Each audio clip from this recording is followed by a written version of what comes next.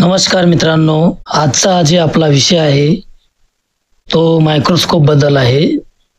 Microscope आपण कसं adjust केलं पाहिजे किंवा मायक्रोस्कोप मी कशा पद्धतीनं ॲडजस्ट करायला शिकलो, माझा अनुभव याबद्दल आपण या व्हिडिओमध्ये माहिती पाहू. तर मित्रांनो, मायक्रोस्कोप ह्या इन्स्ट्रुमेंटशिवाय पॅथॉलॉजी लॅब किंवा मायक्रोबायोलॉजी, बॉटनी ही बायोलॉजी विषय आहे हे पूर्ण होणे शक्य नाही मित्रांनो. मायक्रोस्कोप हे खूपच महत्त्वाचं एक इन्स्ट्रुमेंट आहे. तर मायक्रोस्कोप हे हाताळता येणं खूपच गरजेचं आहे ज्या विद्यार्थ्यासाठी, जे विद्यार्थी पॅथॉलॉजी लॅबमध्ये आहेत किंवा हॉस्पिटलमध्ये जॉब करतात किंवा मायक्रोबायोलॉजी या विषयामध्ये शिकत आहेत किंवा कुठली बायोलॉजी, बॉटनी असेल किंवा झूलॉजी असेल, या सर्वांमध्ये लाईफ सायन्समध्ये मायक्रोस्कोपला खूप महत्त्व आहे मित्रांनो. तर हे मायक्रोस्कोप मी कसं ॲडजस्ट करायला शिकलो याबद्दल पाहू. तर मित्रांनो, जेव्हा मी कॉलेजला होतो BSc मायक्रोबायोलॉजी, त्यावेळेसच मायक्रोस्कोप हाताळणे आणि ॲडजस्ट करणे याचा एक प्रकारचा छंदच किंवा आवडच त्यामध्ये आम्हाला होती, म्हणजेच मला होती. माझ्या जे सहकारी होते त्यांच्यासोबत मी हे सर्व ग्रुपने आम्ही करत असू, पण सर्वांना तेवढंच इंटरेस्टने त्यामध्ये ॲडजस्ट करण्यासाठी सगळे तयार असायचे किंवा सगळ्यांना खूपच आवड होती. मायक्रोस्कोप हा नवीन इन्स्ट्रुमेंट आम्हाला पाहिलं की कधी ॲडजस्ट करावं आणि कधी मायक्रो ऑर्गॅनिझम बघावं, वेगवेगळे मायक्रो ऑर्गॅनिझम कधी पाहावं असं आम्हाला वाटत होतं. मित्रांनो, मायक्रोबायोलॉजी विषय असा आहे की यामध्ये नवीन नवीन काय होते हे पाहायला खूपच उत्सुकता लागलेली असते. उद्या काय होते हे जाणून घेण्याची खूपच इच्छा होत असते, कारण मायक्रोबायोलॉजी हा एका दिवसात रिझल्ट येणार किंवा एखाद दिवसात प्रॅक्टिकल संपवतो म्हणणार असा विषय नाही, तर त्यासाठी आपल्याला 2 ते 5 दिवस लागत असतात. तर मित्रांनो, त्यावेळेला कॉलेजला ज्यावेळेला शिकत होतो त्यावेळेला मायक्रोस्कोप ॲडजस्ट करणे, तेव्हा आम्हाला ग्राम स्टेनिंग म्हणजेच पुन्हा पुन्हा ग्राम स्टेनिंग करणे, प्रॅक्टिस व्हावी, आपल्याला सर्व समजलं पाहिजे, त्यासाठी पुन्हा पुन्हा ग्राम स्टेनिंग करणे आणि मायक्रो ऑर्गॅनिझम पाहणे. पुन्हा बॉटनीचं प्रॅक्टिकल असेल त्यावेळेला एखाद्या टिश्यूचं पार्ट घेणे, पाहणे किंवा वॉटर सॅम्पलमधले काही प्रॅक्टिकल असतील वॉटर सॅम्पलचे, त्याला ग्रो करणे, त्यामध्ये पुन्हा ग्राम स्टेनिंग करणे. कांद्याचं जे पापुद्र असते ते सुद्धा आपल्याला पाहता येईल, त्याची सुद्धा प्रॅक्टिस करणे. असे वेगवेगळे ऑब्जेक्ट ठेवून आम्ही त्याची वेगवेगळी प्रॅक्टिस करत होतो मित्रांनो. त्यावेळेसच आम्हाला मायक्रोस्कोप ॲडजस्ट करून मायक्रो ऑर्गॅनिझम पाहता येईल हे पूर्ण आम्हाला प्रॅक्टिस झाली होती, पूर्ण हाताळता येऊ लागलं होतं.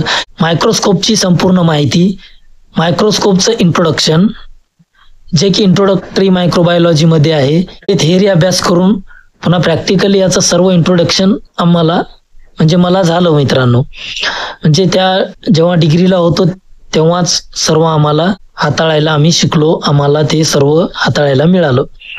तर मित्रांनो, त्यानंतर पॅथॉलॉजी लॅबमध्ये जेव्हा सॅम्पल यायचे, TS फॉर ओपिनियन म्हणजेच पेरिफेरल स्मिअर बनवून ते मायक्रोस्कोप खाली पाहण्यासाठी जेव्हा आमचे मॅडम आम्हाला ते बनवायला लावायचे, त्यावेळेस आम्ही ते बनवून मॅडमला देत असू आणि मॅडमची जेव्हा स्टडी होईल, मॅडम जेव्हा पाहून ते ठेवतील, तेव्हा आम्ही ते हळूच स्लाईड घेऊन पुन्हा ॲडजस्ट करून पाहत असतो. अशा पद्धतीनं वेगवेगळे स्लाईड म्हणजेच routine microscopic, urine routine microscopic जे टेस्ट आहे तसे स्लाईड बनवणे आणि पाहणे.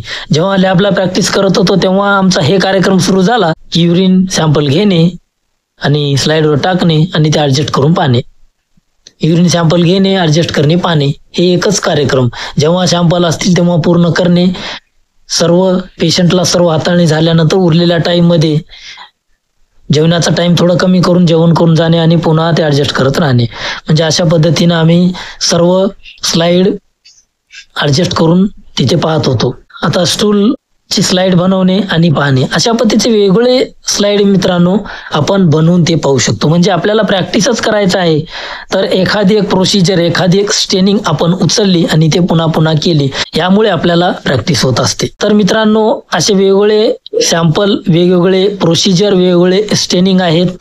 फक्त आपल्याला प्रॅक्टिस करण्याची आवड पाहिजे, त्या क्षेत्रामध्ये त्या विषयामध्ये आपल्याला आवड पाहिजे, तर मित्रांनो सर्व आपल्याला साध्य होईल. तर मित्रांनो आता ऍक्च्युअल मध्ये मायक्रोस्कोप कसं ऍडजस्ट करावे याबद्दल तर आपण मागच्या व्हिडिओमध्ये पाहिलं आहे, जे आपल्या YouTube चॅनलवर ते व्हिडिओ आहे, तुम्ही पाहू शकता. तर मित्रांनो त्यामध्ये सर्व सांगितलेलं आहे. आयपीस काय असते, स्टेज काय असतो, स्लाइड काय असते, लेन्स कसे असतात, लाईट कोण्या पद्धतीनं कशा पद्धतीनं आपण ऍडजस्ट करायचं, कोकडून लाईट येत असते, मायक्रोस्कोपचे प्रकार, लेन्सचे प्रकार, हे सर्व आपण त्या व्हिडिओमध्ये पाहिलेलं आहे. मित्रांनो ऍक्च्युअल मध्ये ऍडजस्ट करायचं पण मी सांगितलेलं आहे, ते व्हिडिओ एकदा प्लीज तुम्ही पहा. तर मित्रांनो अशा पद्धतीनं आणखी काही अडचण आली असेल मायक्रोस्कोप या विषयावर, या पॉइंटवर काही विचारायचं असेल तर तुम्ही कमेंटमध्ये विचारू शकता. तर मित्रांनो हा व्हिडिओ जर आवडला असेल किंवा अशा पद्धतीचे व्हिडिओ तुम्हाला पाहायचे असतील तर आम्हाला कमेंटमध्ये कमेंट करून सांगा आणि आमच्या चॅनलला सबस्क्राईब करायला विसरू नका.